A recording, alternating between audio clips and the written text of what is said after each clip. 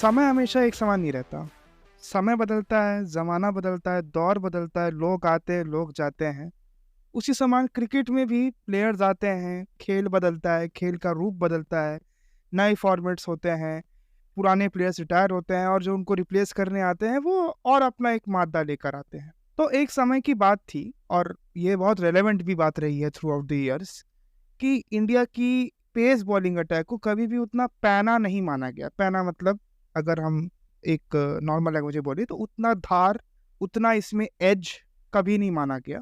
कुछ अच्छे हमारे पेसर्स निकले ओवर द ईयर्स, पर जिस लेवल का वर्ल्ड क्लास बॉलिंग अटैक आप एक्सपेक्ट करते हैं इंडिया के एंड से, वो बहुत कम हुआ और अभी आया भी तो कुछ टुकड़ों में आया ओवर द ईयर्स, जो भी इलस्ट्रियस ईयर्स रहे हैं इंडियन क्रिकेट के। आज मैं आपको भी इतना क्यों झेलाया शुरू के 40-50 सेकंड, वो इसीलिए क्योंकि आज फिर से हमारी पेस बॉलिंग ने हमारा जो जो सर है ना वो हमेशा ऊंचा कर दिया है। ये pace bowling which predominantly consist of Mohammed Shami, Siraj and Bumrah, ये तीनों किस तरीके से कहर ढा रहे हैं पूरे वर्ल्ड कप में और कैसे सामने वाली टीम की धनिया बो रहे हैं। अब इससे नीचे मैं आपके लिए और कोई वर्ड यूज नहीं करूंगा। धनिया बोना मतलब धनिया की बुआई कोई नॉर्मल चीज नहीं होती। धनिया बोया जा रही है मतलब बहुत ही अत्यधिक बड़ा काम हुआ जा रहा है। तो आज वही कहने का मतलब है कि किस तरीके से हमारी बॉलिंग दहाड़ रही है, हमारे जो फास्ट बॉलर हैं वो चिंगाड़ रहे हैं। चिंगाड़ता कौन है? चिंगाड़ता शेर चिंगाड़ता है। तो कैसे हमारे बॉलर चिढ़ा रहे हैं, आज चिंगाड़ रहे हैं, आज हम उसी के बारे में बात करेंगे। आप सुन रहे हैं episode number 21 of the Fanatics India podcast का cricket show, which is not weekly any more, क्योंकि वर्ल्ड कप चल रहा है। ये हमारी वर्ल्ड कप स्पेशल है द डिंग्स ब्रेक का। और आज हम लोग इसी के बारे में बात करने वाले हैं।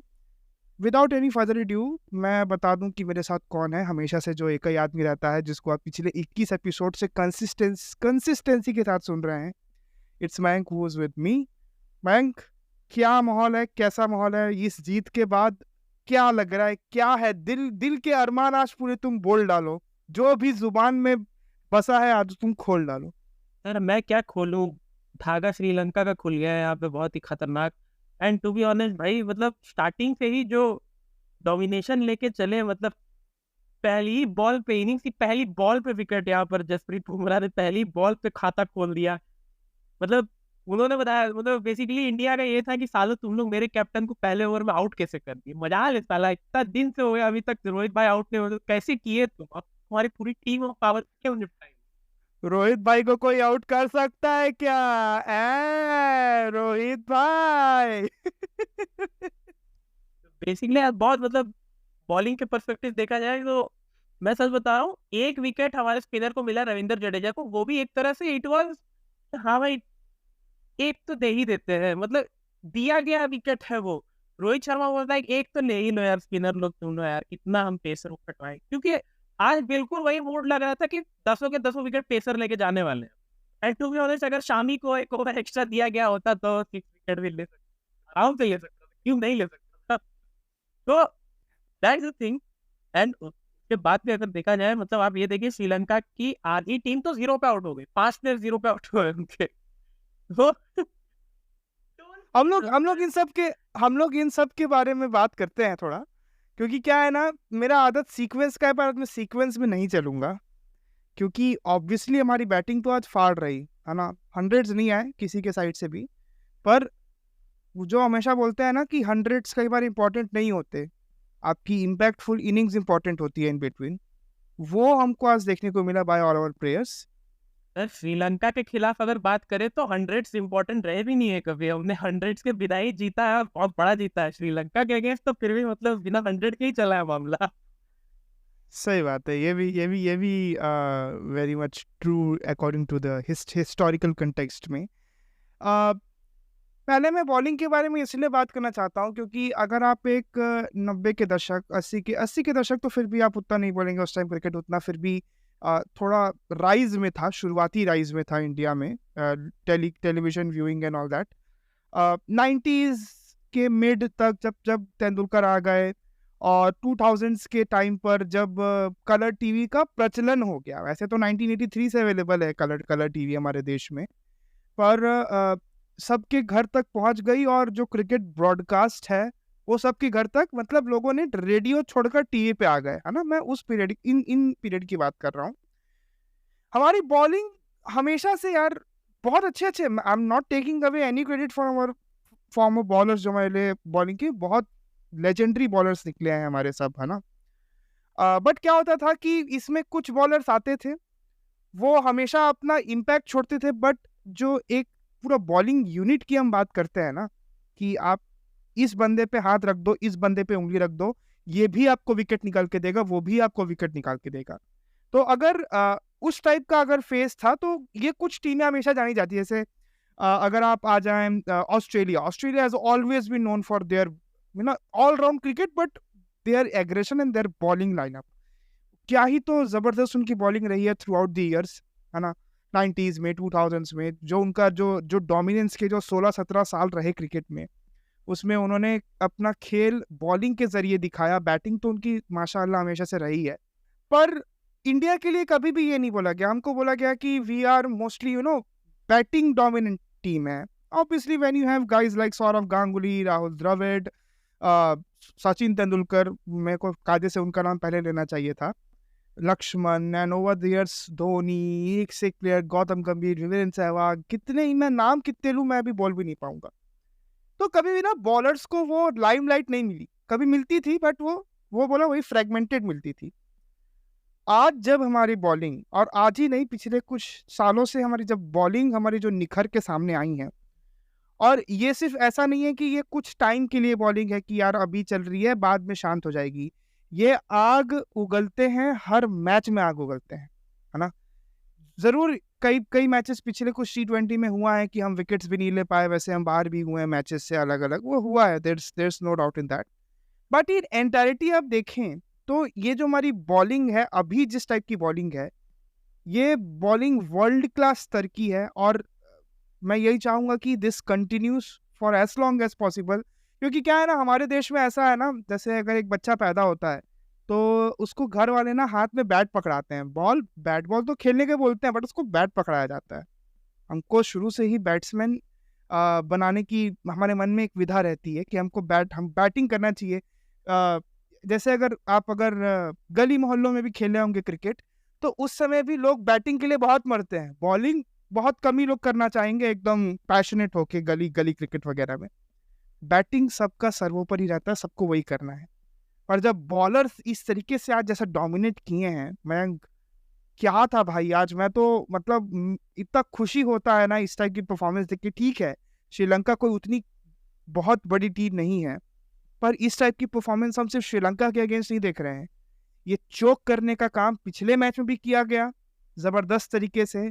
पिछले मैच में इंग्लैंड को चोक किया गया स्पेल डाल के, वो जो शमी का स्पेल था, उनके बड़े-बड़े प्लेयर्स को जिस तरीके से फाँसा। यार Mayank, I just want to know your analysis of the current Indian bowling and that in context with the today's play.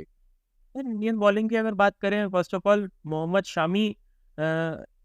Shami की अगर बात करें, that guy has played 3 matches in this world, he has taken 14 wickets, his average is 6.71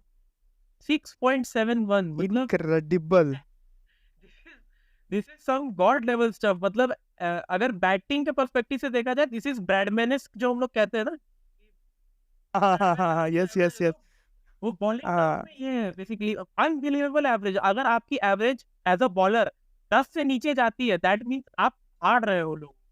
and in 3 matches taking 14 wickets with an average of 6.71, Mohammed Shami has shown everyone कि भाई ऐसा नहीं है कि इंडिया में सिर्फ स्पिन को फेवर मिलता है, ये वो तुम डालो तो लेंथ बॉल अच्छे से, तुम एक एक्यूरेसी पकड़ो तो फिर देखो क्या क्या मजा आता है उसके बाद।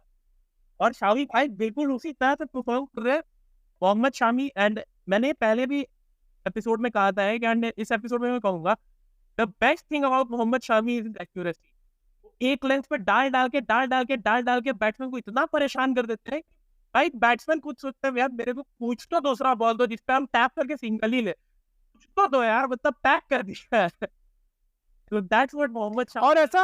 और ऐसा भी है ना, कोई वेरिएशन नहीं होगा। मतलब वेरिएशन करेंगे, वो स्पीड थोड़ी ऊपर नीचे करेंगे, थोड़ी सी बस, ज़्यादा नहीं। उनका ऐसा नहीं कि 120 की एक बॉल और दूसरी बॉल 140 40 की, ऐसा नहीं करेंगे वो।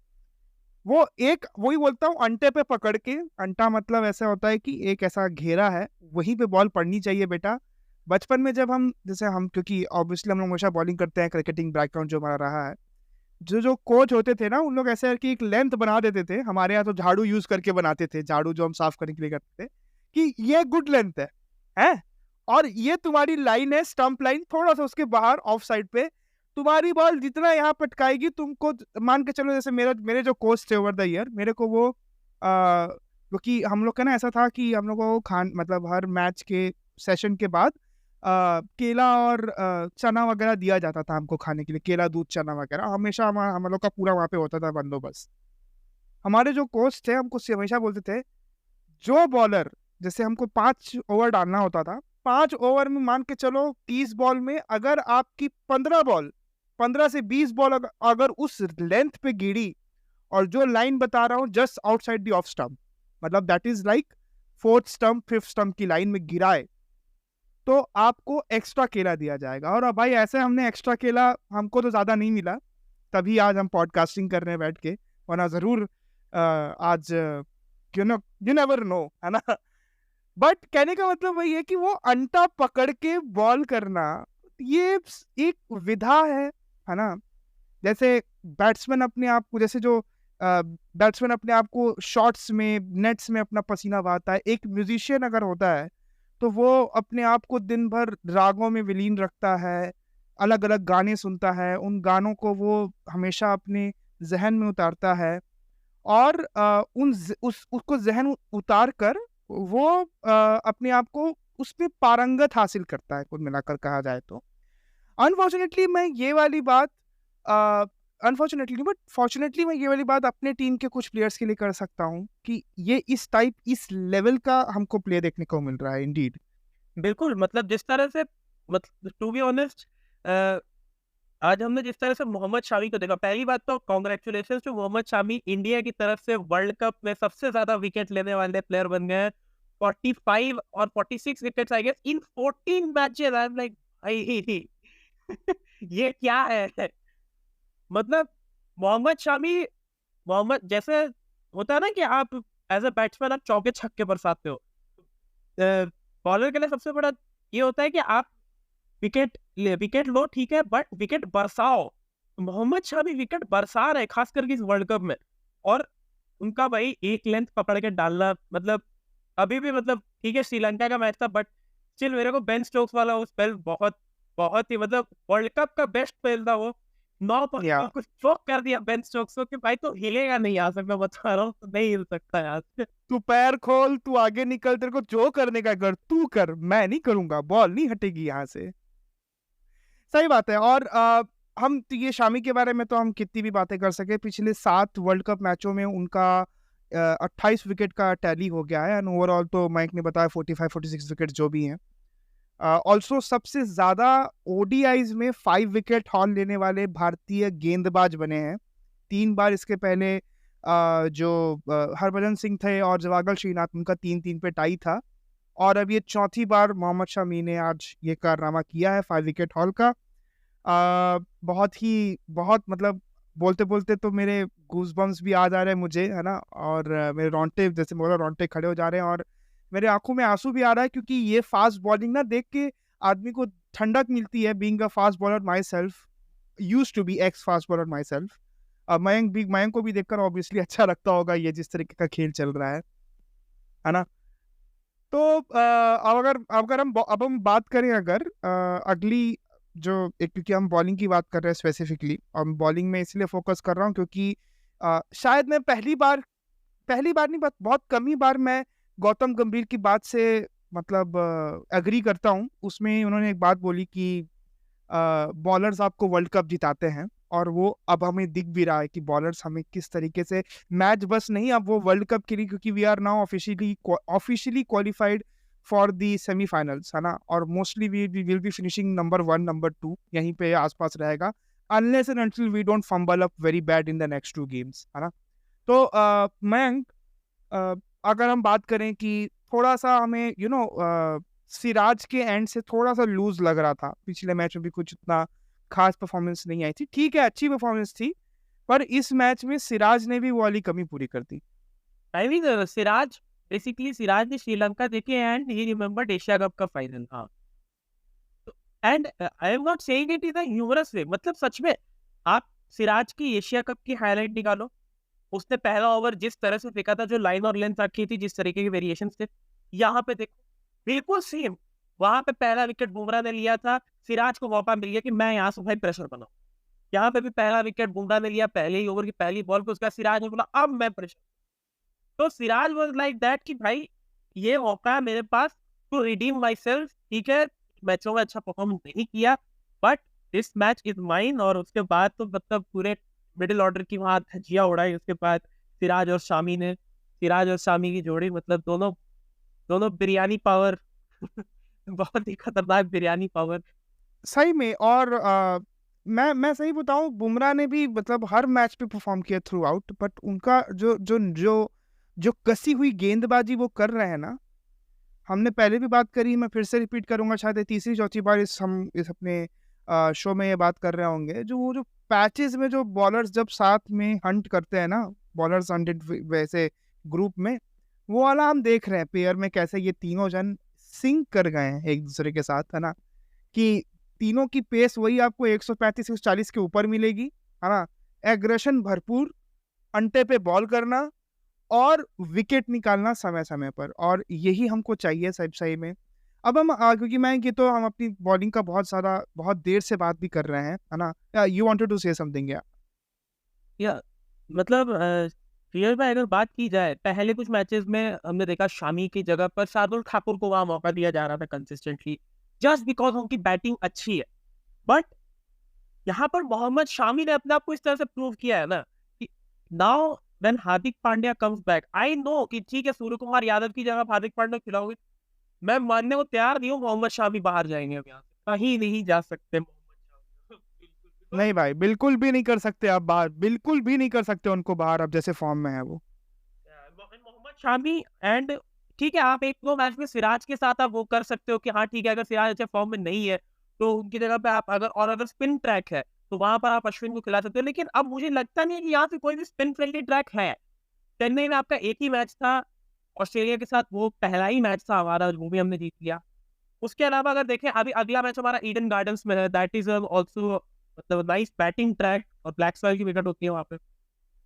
उसके बाद अगर बात करें उसके बाद अगर हमारा मैच है नेदरलैंड से, आई गेस नेदरलैंड से जो मैच है वो बेंगलुरु या में है। आखिरी आखिरी मैच है। हाँ हाँ बेंगलुरु में हाँ हाँ, जहाँ तक मुझे भी है, याद है ना, बेंगलुरु। हाँ। वहाँ तो स्पिनर्स की चलती नहीं है बिल्कुल भी, वहाँ तो चांस ही नहीं है। एंड उसके बाद आप अगर सेमीफाइनल्स खेल रहे हो, तो अगर आप फर्स्ट पोजीशन पे फिनिश करते हो तो आप मुंबई में खेलोगे सेमीफाइनल्स, अगर आप सेकंड पे फिनिश करते हो तो आप ईडन गार्डन्स कोलकाता में खेलोगे सेमीफाइनल, तो फाइनल अहमदाबाद में। कोई भी स्पिन ट्राई यहाँ दिख नहीं रहा है, तो मुझे नहीं लगता यहाँ शामी के साथ छेड़खानी करनी चाहिए कहीं पे भी, और सिराज के साथ भी। तो आई रियली बिलीव यहाँ पर कि अब एक बार बस हार्दिक पांड्या वापस आ जाए तो हमारे जो थोड़े बहुत भी इश्यूज है, क्योंकि कहीं ना कहीं क्या होता है कि हार्दिक पांड्या एक बार जब वापस आ जाएंगे तो आपके पास इन तीनों प्राइम पेस बॉलर्स को थोड़ा सा रेस्ट देने का भी मौका मिलेगा। बीच of middle of the spells में वहां पर उन्हें रेस्ट करने का मौका मिलेगा। और दो स्पिनर्स तो आपके है ही अच्छे यार, Kuldeep Yadav very fine form, Ravindra Jadeja very fine.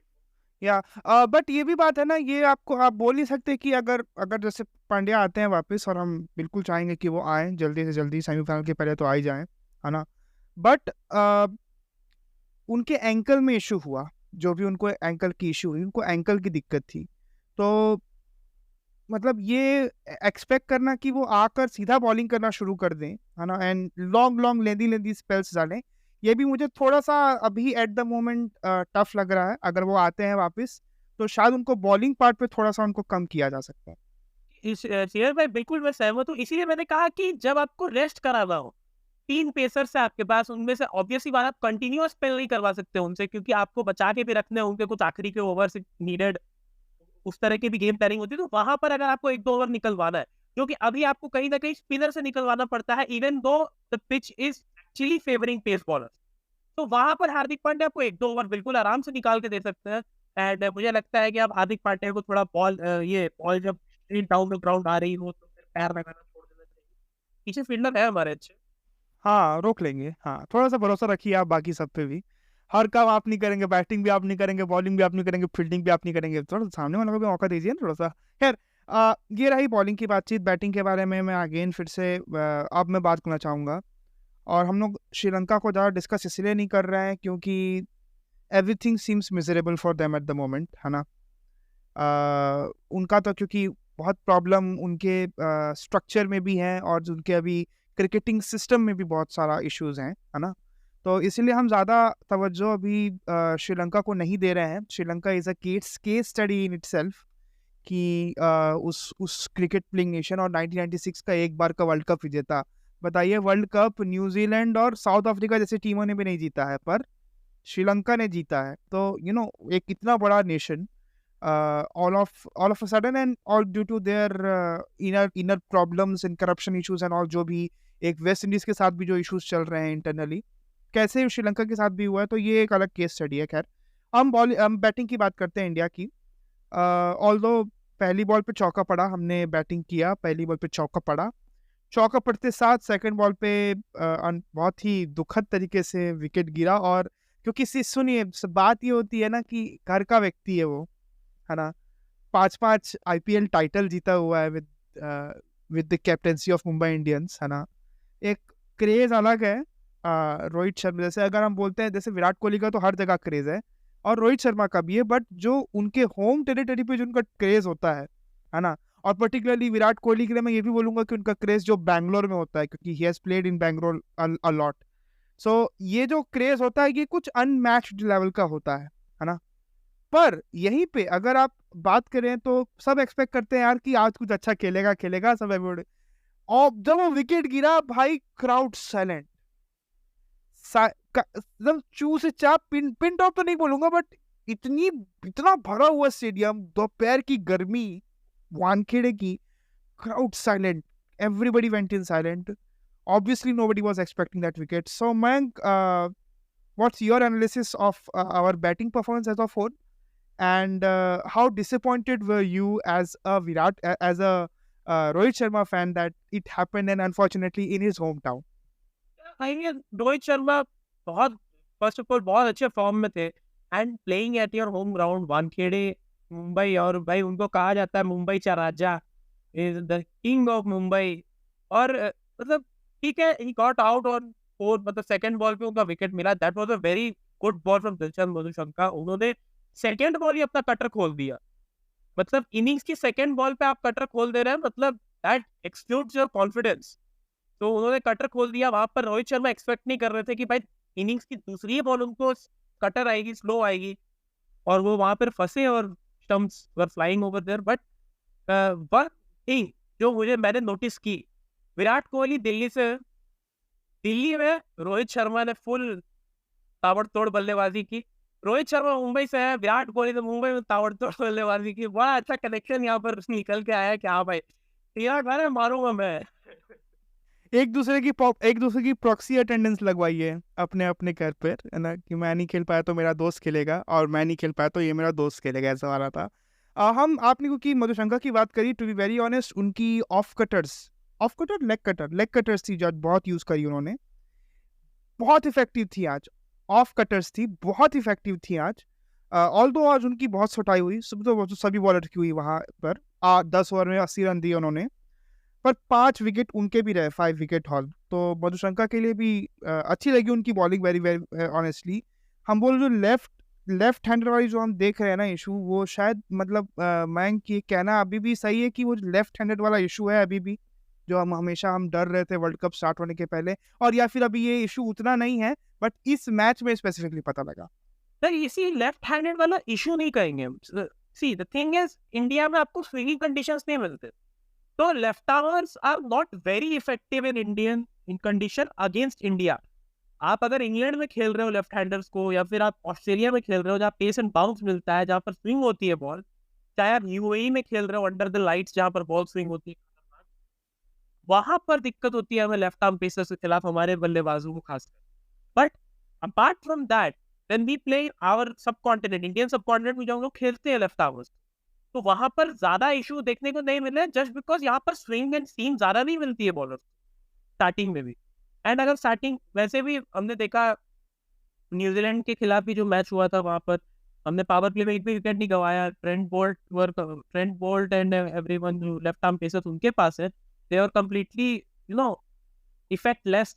और वहाँ पर धर्मशाला की विकेट थी, जबकि जो कि इंडिया के हिसाब से देखा जाए तो that is the most English pitch which we can find, the most English Dharamshala. या वहाँ वहाँ पर भी अगर लेफ्ट आर्मर्स के खिलाफ हम लोग नहीं आउट हो रहे, दैट एग्ज्यूट्स आवर कॉन्फिडेंस कि हमने कॉन्फिडेंस गेन किया और हमने प्रैक्टिस की है लेफ्ट आर्मर्स के खिलाफ। एंड मैंने भी देखा है बहुत बार, हमारे तो मतलब ऑफिस में वीडियो वगैरह आते रहते हैं उनके प्रैक्टिस सेशंस के भी। तो हमारे जो थ्रो डाउन स्पेशलिस्ट है वो लेफ्ट आर्मर ही है, तो प्रॉपर मतलब थ्रो डाउन में स्पेशलिस्ट है हमारे, he bowls with his left hand और वहाँ पे थ्रो डाउन, क्योंकि वो जो रोबो आर्म होता है वो और हाइट पे जाता है, तो उस हाइट से जब बॉल आती है तो मतलब प्रॉपर शाहीन शाह वाली एक्सपीरियंस मिलती है बैट्समैन। या इंडीड। मैं कब जैसे, क्योंकि हम we are almost approaching towards the end of our this episode, है ना। बॉल बैटिंग वाइज तो हम बोल रहे हैं विराट कोहली ने भी बहुत अच्छा 88, Shubman Gill missed his first ODI 100, और जिस तरीके के वो ईयरली फॉर्म में है बाय 8 रन्स, और वो जो पार्टनरशिप टूटी और उसके बाद भी एक बहुत मतलब ज़्यादा देर तो नहीं, बट केएल राहुल का फिर विकेट गिरा शायद, वो बहुत अच्छा शॉट था बट वो कैच हो गए, बहुत मतलब शॉट अच्छा था कहा जाए तो, थोड़ा सा आपिश था इसलिए कैच हुए। बट फिर उसके बाद एक बहुत अच्छी इनिंग्स फ्रॉम एक ऐसा प्लेयर जिसके ऊपर तलवार अटकी हुई है, या तो ये या तो सूर्य कुमार यादव ही ड्रॉप होंगे अगले मतलब आने वाले मैचेस में से, जब अगर हार्दिक पांड्या आ जाते हैं तो, है ना। That is Iyer. So Iyer के एंड पे उन्होंने 86 बनाया, और that's a very quick fire 86। आप 56 बॉल लेकर, है ना, 56 बॉल लेकर अगर आप अपना 82 बना रहे हैं, जिसमें आपके छक्के ज्यादा है चौके कम है, तो you have shown your hitting ability, है ना। जो डाउट आपके ऊपर हो रहा था, शायद अब ये सूर्य कुमार यादव होंगे जो मोस्टली ड्रॉप होंगे, और मुझे लगता है वो अगले मैच में भी बैठ सकते हैं। आई डोंट थिंक सो बैठाएंगे, बट हो सकता है। आई एम कम्प्लीटली इन, क्योंकि ईशान किशन भी बाहर वेट कर रहे हैं, he was also in a very good form, है ना। अगर ये दोनों से इतनी इनकंसिस्टेंसी रहेगी तो डेफिनेटली कोई ना कोई एक बैट भी करेगा। बट मैं अगर हम, क्योंकि एक जस्ट एक ब्रीफर लें अपनी अपनी बैटिंग का, तो ये बैटिंग देख के क्या लग रहा है, एक एक सामने वाला, अगर अगर आप एक बॉलर हैं दूसरे अपोजिट टीम के, तो कुछ प्लान आप डिवाइस कर पा रहे हैं इस बैटिंग के लिए कि ये इनविंसिबल टाइप के हैं, कि ये आप इसको इनको टच भी नहीं कर सकते, इतनी सुंदर बैटिंग हो रही है। आप मतलब what is your thought process about it? ये जो सुंदर बैटिंग तो अभी तक, सी इवन दो बहुत हद तक हमने देखा कि मतलब अभी भी जो होता है ना, रोहित और कोहली पे अभी भी जो डिपेंडेंसी है वो नजर आती है। And this is what the big stage is all about. अब सच बात है कि रोहित शर्मा एंड विराट कोहली दोनों में से कोई ना कोई हमारे हर मैच में परफॉर्म करे। ऑस्ट्रेलिया के खिलाफ इट वॉज विराट कोहली, अफगानिस्तान के खिलाफ इट वॉज रोहित शर्मा, पाकिस्तान के खिलाफ इट वॉज रोहित शर्मा, बांग्लादेश के खिलाफ it was Virat Kohli, New Zealand के खिलाफ it was all Virat Kohli. मतलब हर मैच में there is someone from Rohit और कोहली हु इज परफॉर्मिंग। तो हमें वो चीज टेस्ट करने का मौका अभी तक मिला भी नहीं है कि रोहित और कोहली पे कितनी डिपेंडेंसी है उसका कुछ पता चले, बिकॉज दोनों परफॉर्म कर रहे हैं हर मैच में, कोई ना कोई तो साला चल ही रहा है। And it is a good sign, but I expect them to perform जहां पर उनका रिकॉर्ड खराब रहा है, that is the semifinal. Rohit and Kohli का जो रिकॉर्ड है वो सेमीफाइनल्स में अच्छा नहीं रहा है। दे आर मतलब होता है ना, हम लोग मेसी और रोनाल्डो की बात करते हैं, मतलब उनकी वजह से टीम फाइनल्स तक पहुंच जाती है, फाइनल्स में वो परफॉर्म नहीं कर पाते। तो वही वाला सीन हमारे साथ हो गया रोहित शर्मा और विराट कोहली के साथ कि भाई हम लोग उनकी वजह से ही हम लोग पहुंचते सेमीफाइनल फाइनल में, कोई डाउट नहीं है उस बारे में। उस बारे में कोई डाउट नहीं है कि बैटिंग अगर हमारी संभाल रखी है तो रोहित शर्मा और विराट कोहली नहीं संभाल रखी है, बट मेन मैच में कहीं ना कहीं प्रेशर उनके ऊपर बहुत ज्यादा आ जाता है, and that is not the right thing. और मुझे लगता है यहाँ पे कि I believe this time it will be different, क्योंकि भाई होम कंडीशन है यहाँ पर, और यहाँ पर आपका बहाना भी नहीं चलेगा कि यार लेफ्ट आर्मर से खिलाफ हम फंसते हैं एंड ऑल। ठीक है, उसको बहुत अच्छी बॉल फेंकी, बिकॉज यहाँ पे लेफ्ट आर्मर्स नहीं उतने इफेक्टिव मुझे नजर आ रहा है। मिचेल स्टार्क एंड वो भी, मिचेल स्टार्क की भी अच्छी खासी पिटाई हुई थी लास्ट मैच में, as far as I remember, New Zealand के खिलाफ जो मैच हेलो हुआ था जहाँ 389 का टारगेट दिया था ऑस्ट्रेलिया ने। Hello Mayank, hello I feel hello. पर अभी भी डिपेंडेंसी जो है वो है रोहित और कोहली पर, बट हाँ वी कैन से कि इस बार लग रहा है कि रोहित और कोहली डिसअपॉइंट नहीं करने वाले नॉकआउट्स में। खैर ये बात तो सही कही आपने, थोड़ा शायद अभी हमारे लिसनर्स को एक्सपीरियंस हुआ होगा अगर लैग हो रहा है तो, है ना। इट्स मतलब कुछ मेरे एंड से नेट का इश्यूज है, बहुत होता है तो अनफॉर्चुनेटली, बट हम लोग क्योंकि अपनी एंड की तरफ आ रहे थे, मोटा माटी आपने जो बोला कि it's tough to devise a plan against this team, है ना। कब कौन कैसे किधर से चल रहा है, और ऐसा है कि कंसिस्टेंसी भी हमें दिख रही है ओवर थ्रू आउट, है ना। ये आप प्रिडिक्ट नहीं कर सकते, और अगर आप जितने प्लान बना के आइए, आपके प्लान सब कूड़े में जाके उसमें आग लगानी पड़ेगी, क्योंकि आपको सिचुएशन को एनालाइज करना पड़ेगा if you are opposing team. So thank you very much Mike for joining in हमारे लिसनर्स। ये we come to the close of the episode number 21 of the drinks break world cup special series. अगर आपको ये podcast episode show कहीं से भी पसंद आ रहा है, सो प्लीज़ इसे लाइक करिए, शेयर करिए और सब तक पहुंचाइए। अच्छा लगता है अगर हमारा काम अगर यू नो थ्रू आउट अगर आप कहीं से भी वैल्यूएबल रखता है तो, और अगर आप वैल्यूएबल लगता है तो प्लीज़ इसे एज ए सेट शेयर करिए जैसा भी आपको पसंद आता है। फॉलो करते रहिए वर्ल्ड कप का, अब ये बहुत इंपॉर्टेंट फेज़ है। 18 दिन के अंदर, 19 दिन के अंदर आपके पास एक विनर होगा, वर्ल्ड कप की ट्रॉफी होगी उसके हाथ में, और देखते हैं कि कौन होता है, और हम होप करेंगे कि वो इंडिया होती है। Thank you very much, bye bye.